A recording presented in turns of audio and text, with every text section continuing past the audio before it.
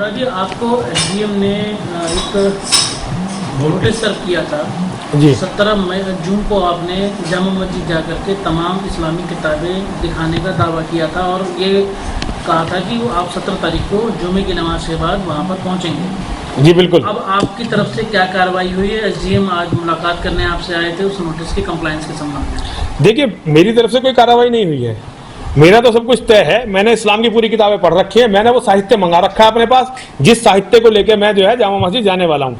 आज जो है ये नोटिस मुझे उप जिलाधिकारी गाजियाबाद द्वारा दिया गया था। मैं आज इसका जवाब देने के लिए गाजियाबाद उनके पास जाने वाला था, लेकिन वो स्वयं यहाँ आ गए। मैंने उन्हें एक शपथ पत्र लिख के दिया है। मैंने उन्हें शपथ पत्र लिख के दिया, अगर आप कहें तो मैं उस पत्र को आपको पढ़ के सुना देता हूँ। मैंने शपथ पत्र में उन्हें लिख के दिया है कि मैं श्री पंचदश नाम जूना अखाड़े का महामंडलेश्वर यति नरसिंहानंद गिरी शपथ पूर्वक कहता हूं कि नूपुर शर्मा ने टीवी डिबेट में जो कहा मुसलमानों की अपनी किताबों में लिखा हुआ है, और उनके मौलाना इस बात को बार बार बताते भी रहते हैं, जिसका प्रमाण यूट्यूब पर बहुत बड़ी संख्या में है। अपनी किताबों में लिखी हुई बातों के लिए देश को दंगे में झोंकने वाले, हत्या और बलात्कार का आह्वान करने वाले संपूर्ण मानवता के दोषी हैं। उन्हें कठोर दंड ना मिलना वास्तव में न्याय की हत्या होगी। आज सत्य और न्याय की मांग है कि मोहम्मद और इस्लाम पर एक विश्वव्यापी बहस हो। मोहम्मद पर और इस्लाम पर एक विश्वव्यापी बहस हो, ताकि इस्लाम का संपूर्ण विश्व इस्लाम और मोहम्मद को अच्छी तरह से समझ सके। दुनिया को आज ये समझने की जरूरत है कि मोहम्मद क्या है और इस्लाम क्या है। ये जो इतना बड़ा बवाल मचाया गया नूपुर शर्मा का बहाना बना के, वास्तव में नूपुर शर्मा ने जो कहा ये ऑथेंटिक किताबों में है मुसलमानों की। लेकिन दिक्कत यह है कि ये मुसलमान आज पूरी दुनिया में क्योंकि बेनकाब हो गए हैं, लोग मोहम्मद और इस्लाम के बारे में जान गए हैं, तो ये अब हिंसा फैलाकर जबरदस्ती बदतमीजी करके ये दुनिया को डराना चाहते हैं, और कोई कारण नहीं है। अब ये चाहते हैं कि दुनिया को डरा दें।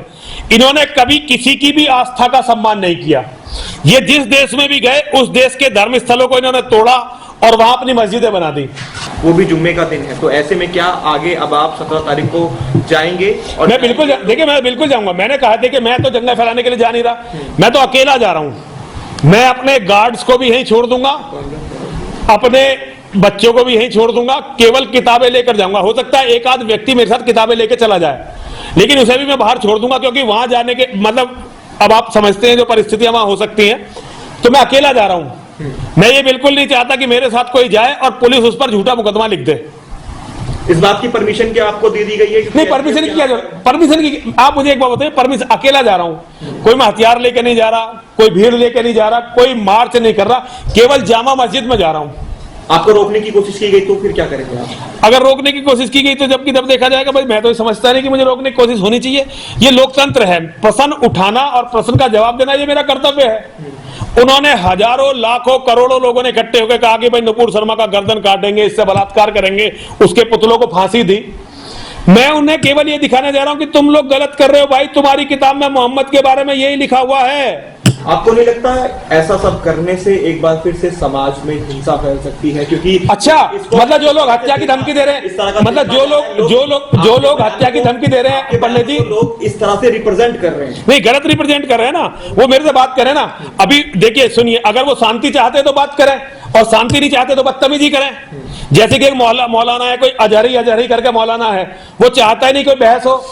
जैसे मैं कहता हूं भाई बहस की जरूरत है, वो चिल्लाने लगता है, गालियां बकने लगता है। वो मौलाना कोई अजहरी करके मौलाना वो गाली बकने लगता है, माहौल खराब करने लगता है, क्योंकि वो लोग बहस से भागना चाहते हैं। मैं तो ये भारत सरकार से निवेदन करना चाहता हूं, गृह मंत्री जी को कल मैं कोशिश करूंगा गृह मंत्री जी को पत्र लिखूं कि वहां सुरक्षा व्यवस्था ठीक करवाएं ताकि कोई गड़बड़ ना हो, और मुझे जाने दें, क्योंकि ये मेरा लोकतांत्रिक अधिकार है। मैं कल भारत के गृह मंत्री जी को ये पत्र लिखने वाला हूं। ये मेरा लोकतांत्रिक अधिकार है, मुझे वो मुझे जाने दें वहां पे, ताकि वहां क्लियर तो हो जाए भी मोहम्मद था क्या, इस्लाम है क्या। ये क्लियर होना दुनिया के लिए आज बहुत जरूरी है। पूरी दुनिया की मानवता की शांति के लिए इसका पता चलना बहुत जरूरी है कि कौन था, क्या बवाल था। मैंने तो उन्हें शपथ पत्र दिया कि जो मैं कह रहा हूं मैं उस पर अडिग हूं। मेरे पे इन्होंने जगह जगह केस फाइल करे हैं। अब मैं हर जगह जाऊंगा, हर जगह जो साहित्य मैंने आज एसडीएम साहब को दिया है, 10 से ज्यादा किताबें आज मैंने उन्हें दी हैं, जिसमें अली सीना की अंडरस्टैंडिंग मोहम्मद भी है, जितेंद्र नारायण सिंह त्यागी जी ने जो किताब लिखी मोहम्मद वो भी है, और भी जो कुछ किताबें हैं जो हमने नहीं लिखी, मुसलमानों ने ही लिखी हैं। वो सारी किताबें हमने उन्हें दी हैं। वो किताबें हम जहां जिस भी कोर्ट में मुझ पर मुकदमा चलेगा, मैं हर उस कोर्ट में उन किताबों को रखूंगा, साथ में कुरान को भी रखूंगा, ताकि कोई भी ये ना कहे कि हम गलतफहमी फैला रहे हैं। भैया तुम्हारी किताबों में लिखा हुआ है, किताबों में तुम्हारी में लिखा हुआ है, गर्दन हमारी काट रहे हो। अरे अगर गंदगी तुम्हारी किताबों में तो उसे साफ करो ना, मेरी गर्दन काटने से थोड़ी साफ वो गंदगी सफा हो जाएगी। जो तुम्हारी किताबों की गंदगी है वो तुम साफ करोगे भाई, अपनी किताबों में से साफ करो।